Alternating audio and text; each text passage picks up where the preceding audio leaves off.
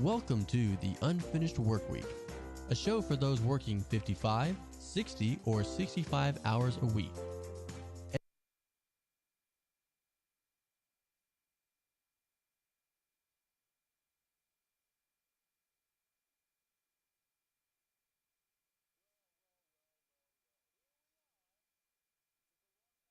Here, I'm sorry we're 10 minutes late, but you know, when you're in New York City and in Tampa at the same time, it's a hard thing to do to get here on time, you know? So anyhow, we've got some big changes going on over here, and I'm sorry we're a little bit late. I got to tell you about these changes. Number one, it's not the unfinished work week anymore. That's by the boards. You can still buy my book, The Unfinished Work Week, by going to my website, www.theunfinishedworkweek.com. Go on there, great website. You can also buy my book, and I'll send it to you, and I'll even autograph it for you. Great stuff. But tonight, our show is a different name. Our show is being changed to Talking Business with Andy Gutierrez. Solutions for the stress-filled work environment. Now, the way we get into the solutions is by identifying the problems and then having you call in. My guest over here, as you can see, real big guest, didn't show up, but anyhow, maybe we'll call and get them back in that chair. I don't know what I'm going to do. But this is going to be completely ad-lib tonight. We're going to talk about business. We're going to talk about the things that causes stress. We're going to talk a little bit about last week when we had Trish Dwyer on, which was, I just think she was just so full of information. She was fantastic. Anyhow, when you want to call in tonight, remember, shut down that volume on that computer, otherwise there's going to be feedback, and I do want you to call in tonight. Please, call in. I'm here by myself. I got to talk to somebody. People tell me I'm not, I'm half crazy, so I can talk to myself for a long time. Let me tell you something.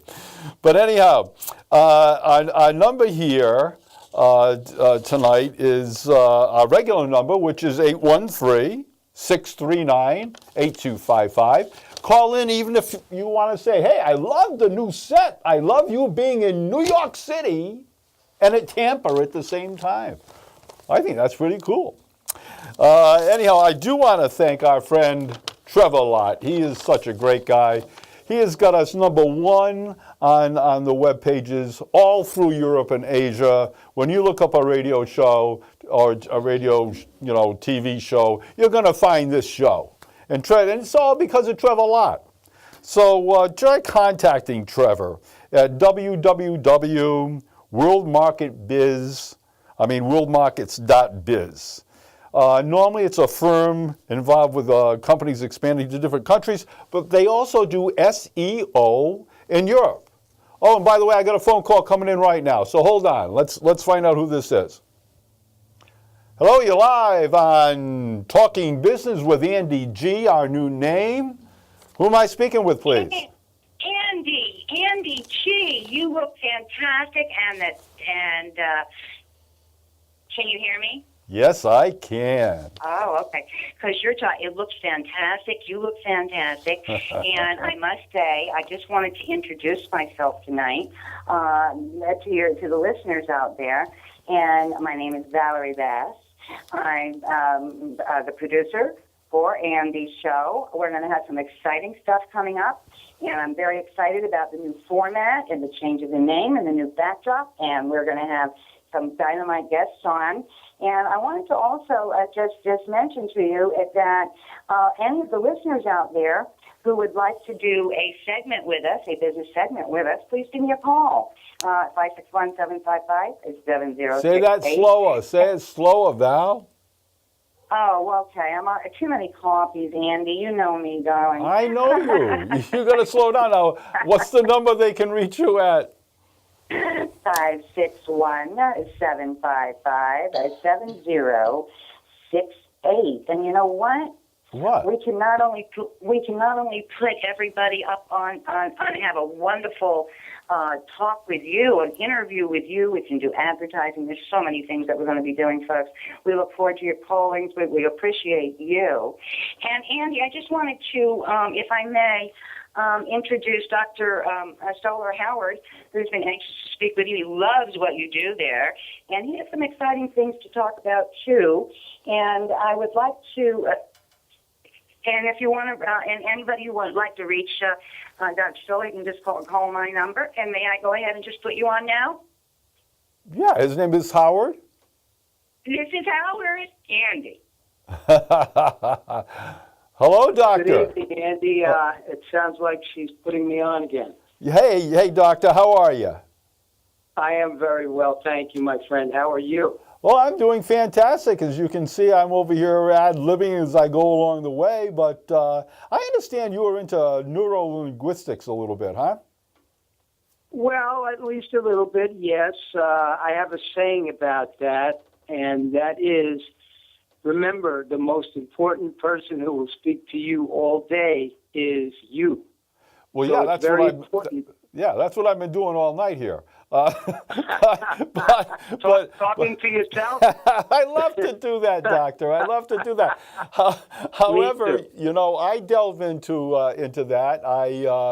I spoke at Wharton concerning the brain and neurolinguistics, and I'm heavy into body language and the selling process and in business meetings and how that all wraps into business. You know, most people just talk about it on a scientific level, but I also brought it to the business level.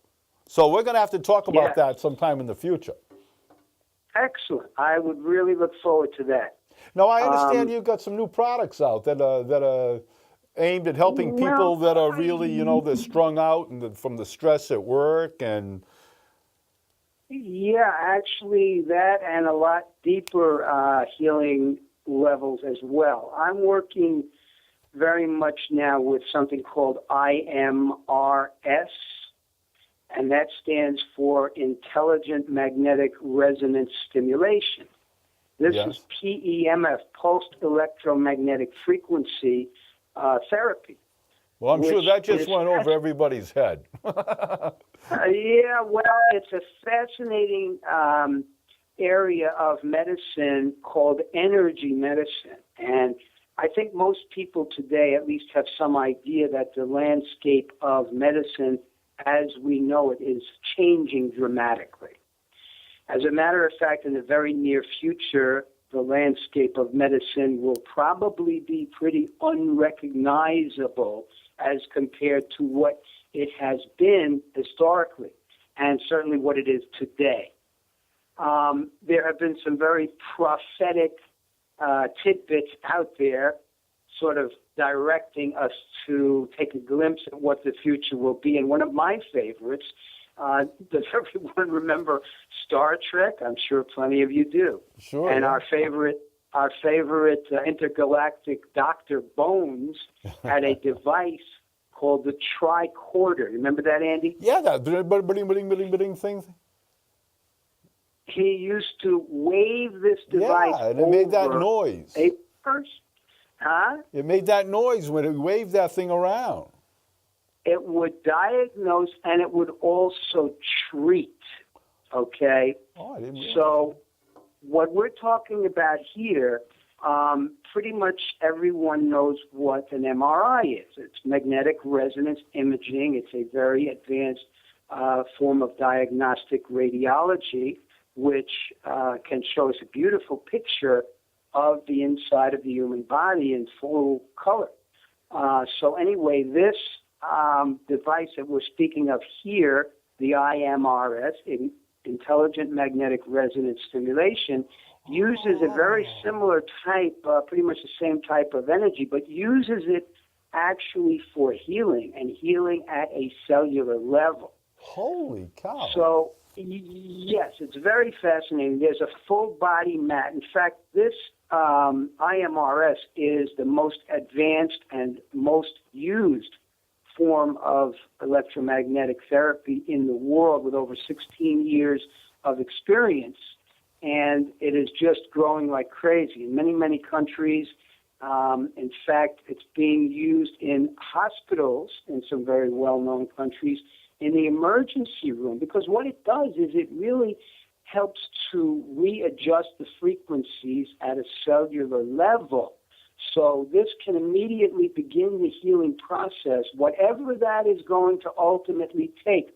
For instance, people walking into an emergency room in certain hospitals, very well-known hospitals, will walk through these blankets, which are specially equipped to create this electromagnetic field, which is tuned to frequencies that will help to readjust all of the human cellular frequencies that are out of whack. It's based really on the Schumann resonance of the Earth. It's based on the Earth's electromagnetic field. Now, we found out when astronauts took extended trips in space that they started to develop all sorts of health problems, and some of them were pretty serious, involving the heart as well as bone loss and so on and so forth. Yeah.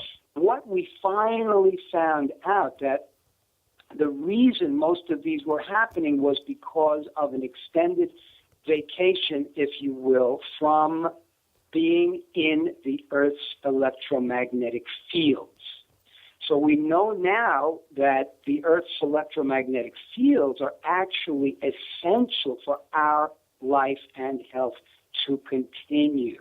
And that is what this is really based on, restoring those frequencies. There are so many different things that interfere with and block those frequencies from us today, even though we're right here on Earth.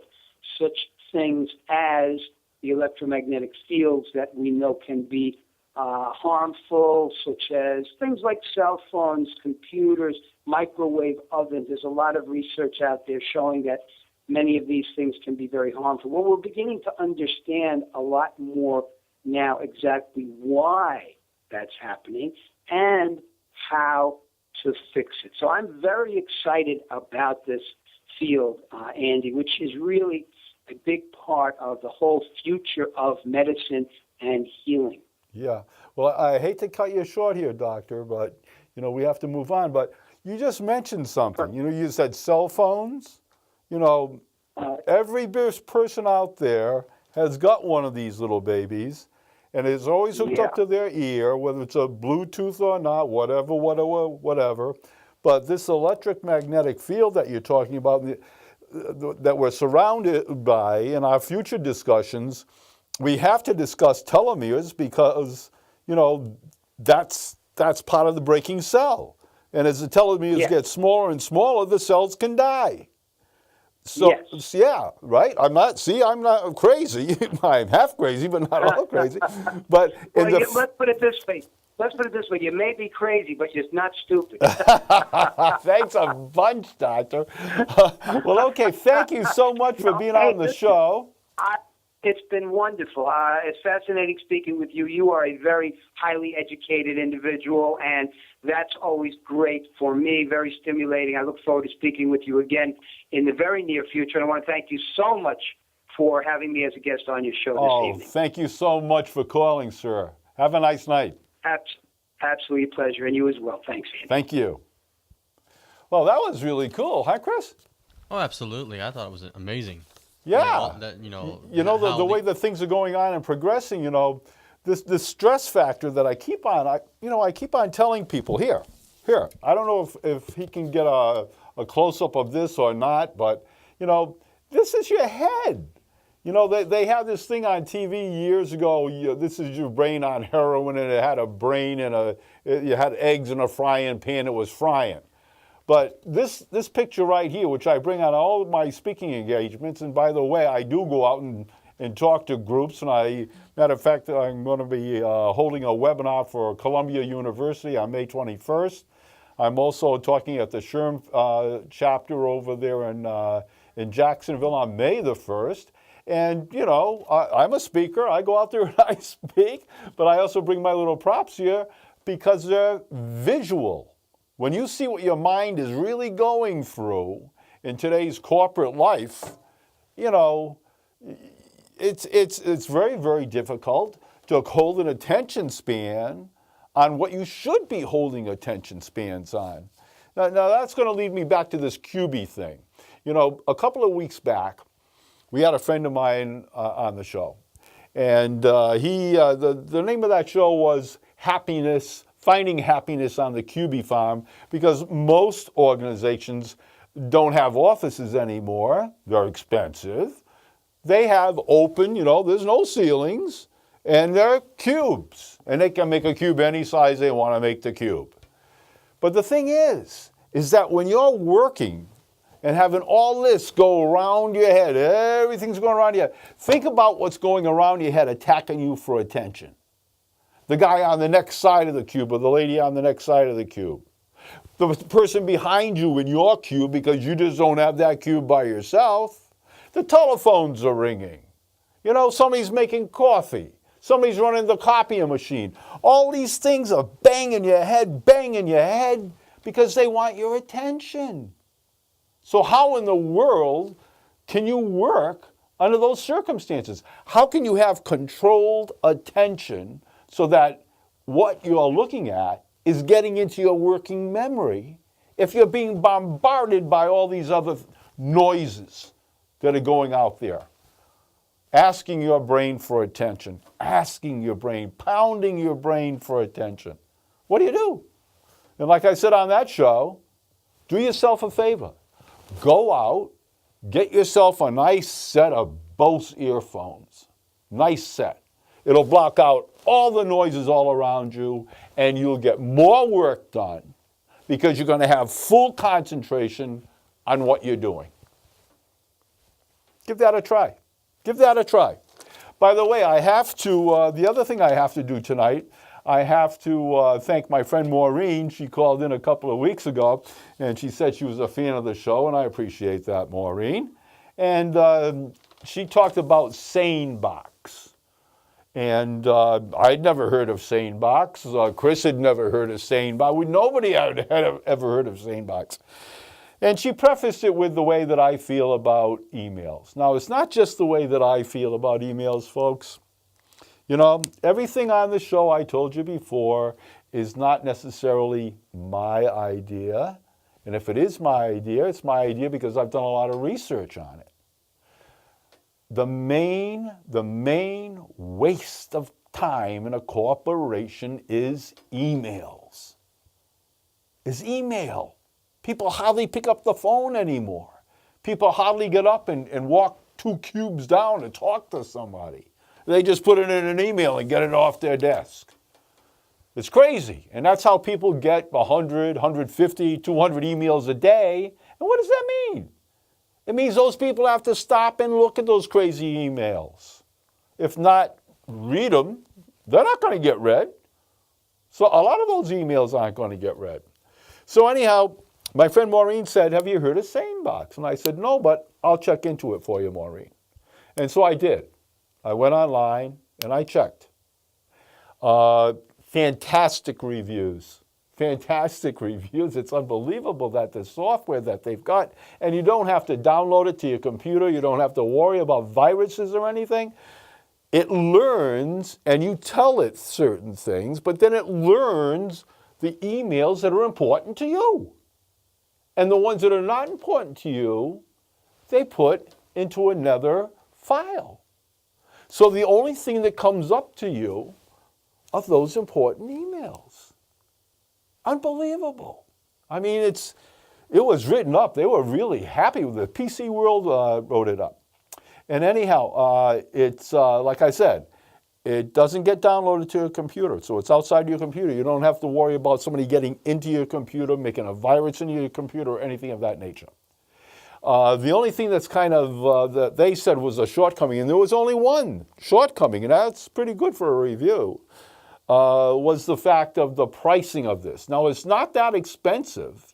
And the other question Maureen asked was, can it be used in businesses? Now, Chris over here, you know, and he's a pretty bright fellow, said more than likely You're not going to be able to have that in business. And the person I was talking to that day said, more than likely you can't have it in a business because they dictate what you have on your computer because it's a computer that's owned by the business. But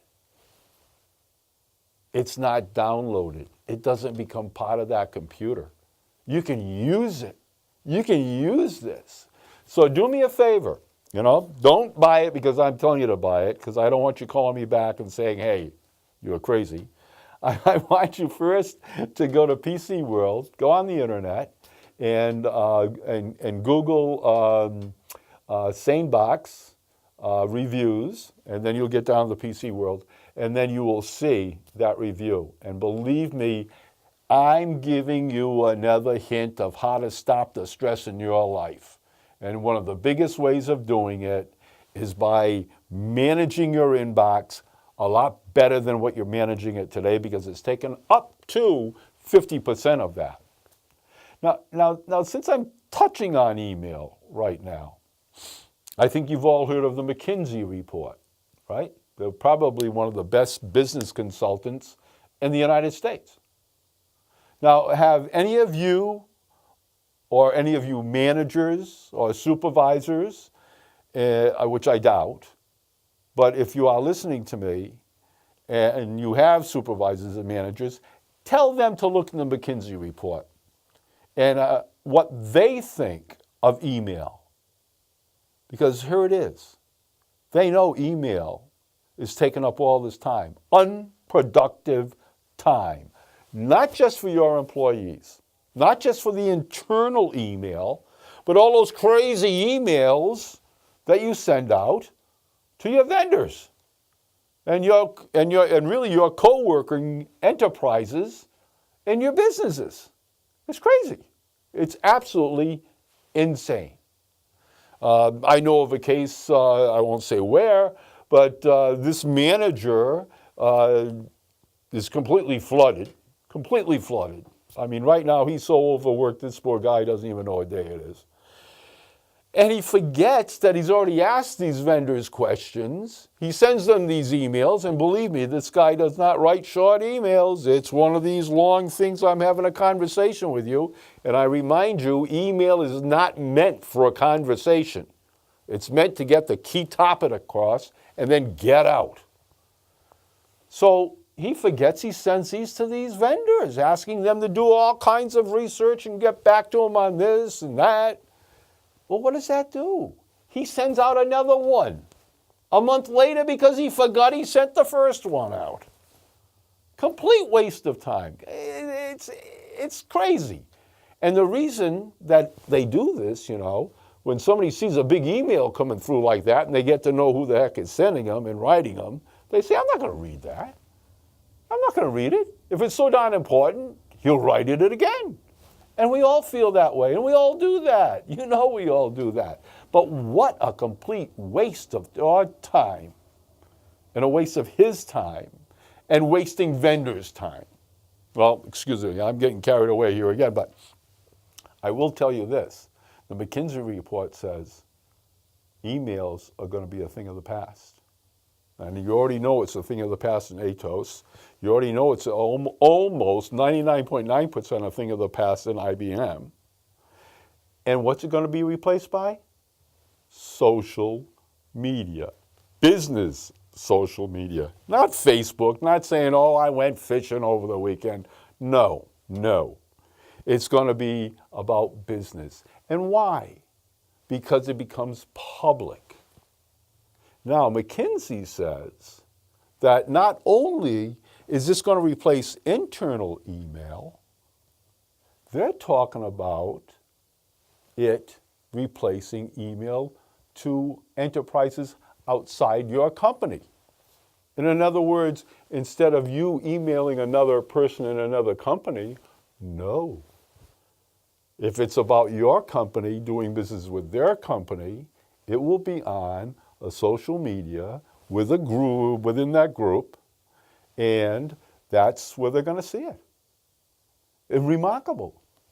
And McKinsey says this is going to save you, listen to this, it's going to save you 38% of your productive time. you'll be able to produce 38% more productivity in that time. You'll be able to go home, enjoy yourself, exercise, eat right, get healthier, just by what? Just by reducing that gosh darn email and using today's technologies that are aimed at helping you become more efficient at what you do and to stop redundancy. McKinsey also said this: if management does not buy into it, it's never going to happen. And you know what? They don't like change. Managers don't like change. They don't like to look forward. They don't like to look forward like IBM looked forward. They don't like to look forward like Atos looked forward. They don't like to look forward like PepsiCo looks forward. They don't like to look forward like Intel looks forward. But why don't they do that? As a whole, our economy, our business relationships, our companies will become more efficient, more productive, more effective. You'll work less hours. You'll make less mistakes. And guess what? We'd become a leader again. Well, I understand that we've got our break coming up right now. I'm out of breath.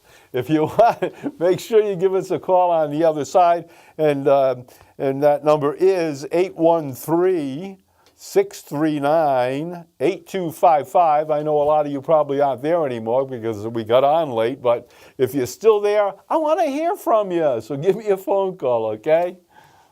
Listen to this message, please.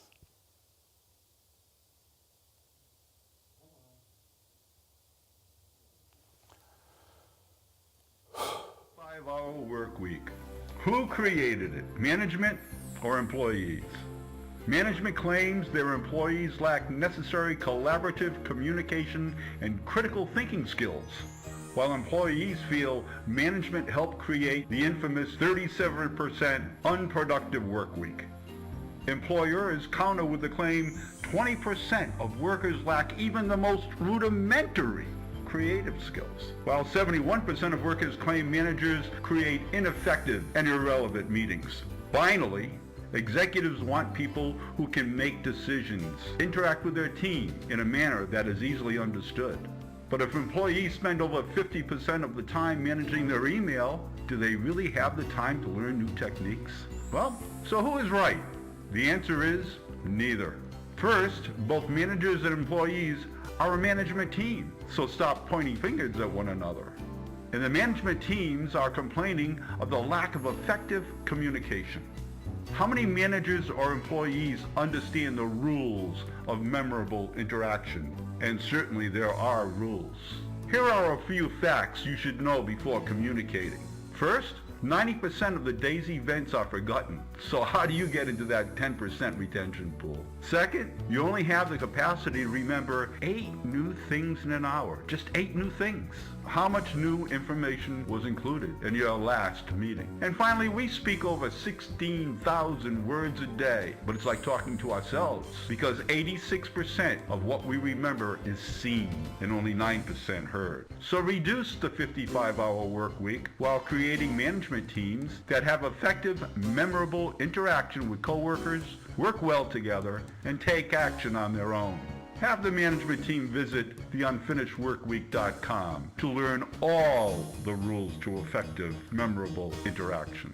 Or just call me, Andy Gutierrez, at 609-410-9291 for an appointment.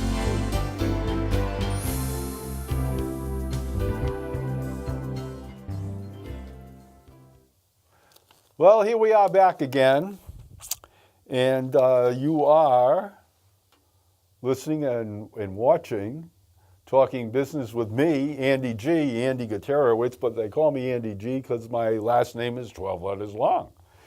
And as you can see, I am broadcasting to you from the Brooklyn Bridge in New York City by way of Tampa, Florida. This is a real cool thing, to be in New York and Tampa at the same time. That's not bad. So anyhow, let's get back to our discussions regarding solutions for stress-filled work environments. Now, last week we had a lady on the show. Her name was Trish Dwyer. She's a hypnotherapist, also a registered nurse. And we talked about her having clients come to her that do have chronic stress. Now, chronic stress can take 6 to 10 years off your lifespan. That's proven. That's proven. Why? Well, because you don't have any time to rejuvenate your body. The doctor that was on the show before was talking about cells. And to give you a little idea, our big thing in our bodies are chromosomes. Chromosomes are like a Q-tip with a cotton at either end. And those cottons are called telomeres on a chromosome. And by the natural aging process, the telomeres get smaller and smaller until the aging process says the telomeres are gone. Now, once the telomeres are gone, the cells that are inside the chromosomes cannot split anymore, and they die. Now, what affects this? That beautiful thing called cortisol. Chronic stress and any type of stress produces the chemical cortisol in your brain and in your body. And this cortisol makes the aging process of these telomeres that much more faster. So that all of a sudden, instead of your telomeres shrinking at a natural pace, they're accelerated. And since they accelerate, when the cells break, when they divide with the same amount of telomeres that are on the chromosomes. So that if you have no more telomeres on that chromosome when you're 54, guess what? That cell dies. And that cell, the main areas that we're talking about are the immune system and also your heart. So when I say to you, why are you doing this to yourself? Why are you working 55, 60, 65 hours a week? I mean it. You're killing yourself. Your body needs to be taken care of. So this leads us to what Trish had to say last week. You know, I said to Trish, you know, if people know that they're killing themselves, and by the way, the Japanese have a word for that. The Japanese call it karochi, K-A-R-O-C-H-I, karochi. It means death by working too much. Karochi. You can die working. And in Japan, that is not an honorable death. That is not an honorable death. So, my friends, don't commit karochi. But what's making you do it? We asked Trish, we said, you know, if people know that it's not good for you, they don't feel good, they're eating lousy, everybody says, oh, manage stress by going out and exercising. I got news for you, when do you have time to exercise? You eat at your desk. You're working 55, 60, 65 hours a week. When are you going to exercise? 10 o'clock at night? I mean, you'll be attacked by a skunk or something when you're trying to jog down the street. That's insane. It is insane. So I said, why do people do it? Well, Trish turns around and told us that, number one, low self-esteem is one of the major products of making you work those crazy hours. No, so low self-esteem. And I said to her, wait a minute, you know, you got supervisors, you got managers, you got VPs, you've got a regular worker that does a hell of a job for you. They've got to have good self-esteem. What does this mean? People have to pat you on the back all the time, you know, and say, you're doing a good job, you're doing a good job. Well, yeah, some people really do need that. They need that to lift themselves up. But a lot of people that are successful follow the ideas of Warren Buffett and Donald Trump, who say, if you firmly believe you're the best, then go out and do it. but you got to believe it. Now, a lot of people say they're the best or think they're the best, but if they really did, they wouldn't need that pat on the back. Because this self-esteem that we're talking about really comes from you. You work for you. You don't work for anybody else. You work for you. Your body tells you what you can do. Your body tells you when you're tired.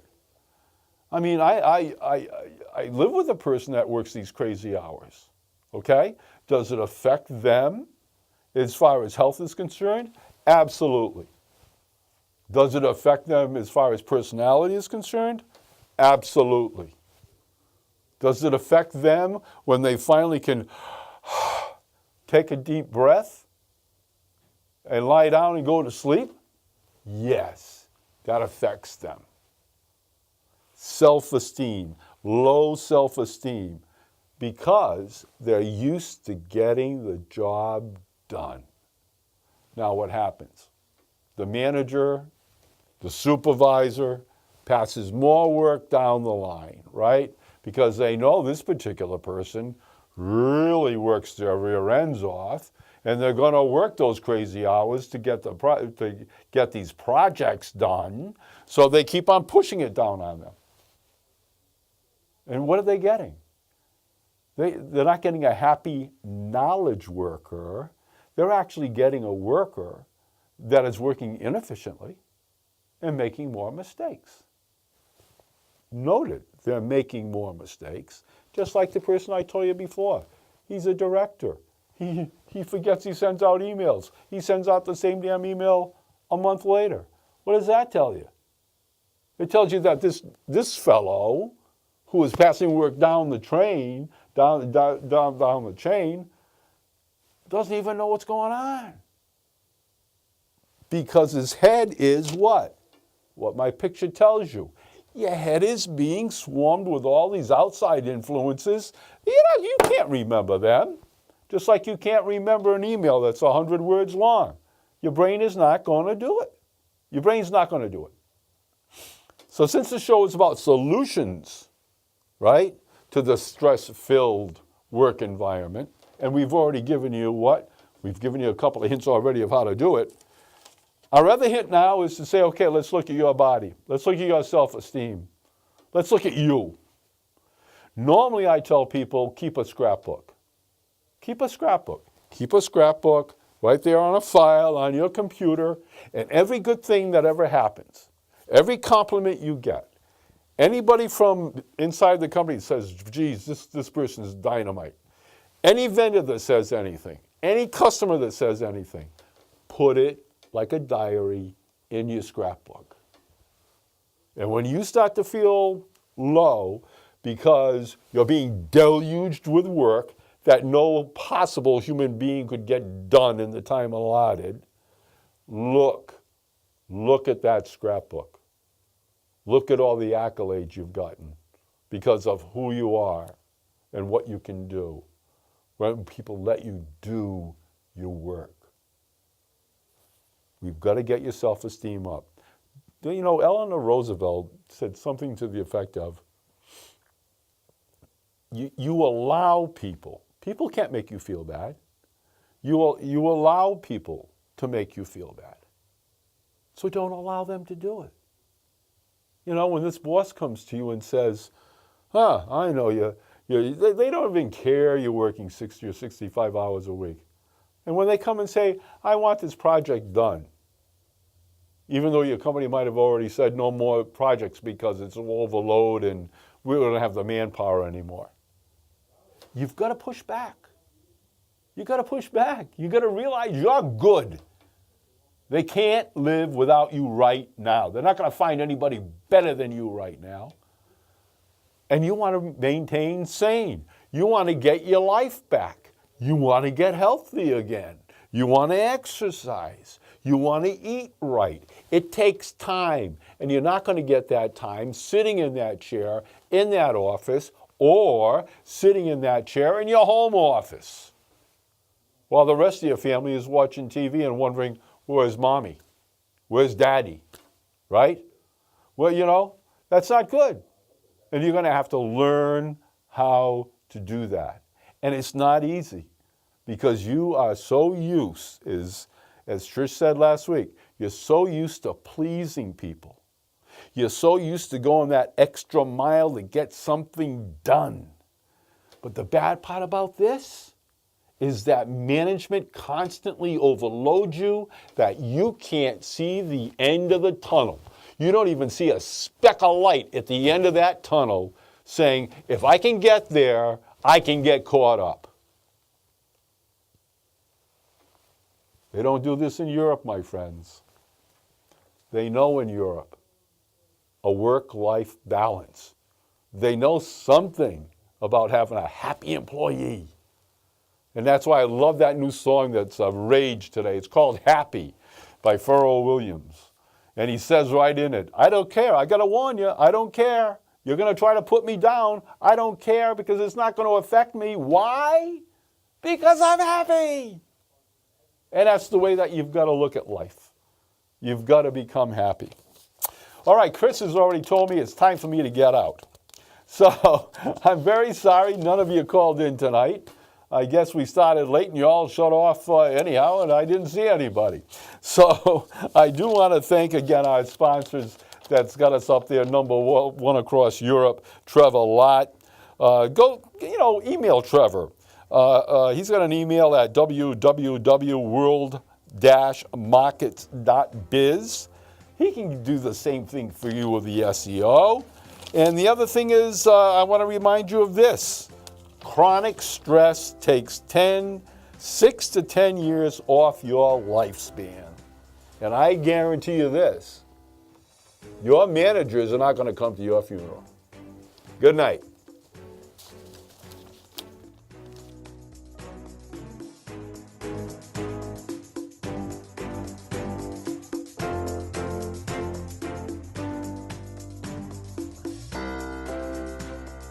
Thanks for watching. If you would like more information on what you just heard today, or you would like to obtain your own copy of The Unfinished Workweek, go to theunfinishedworkweek.com. That's www.theunfinishedworkweek.com.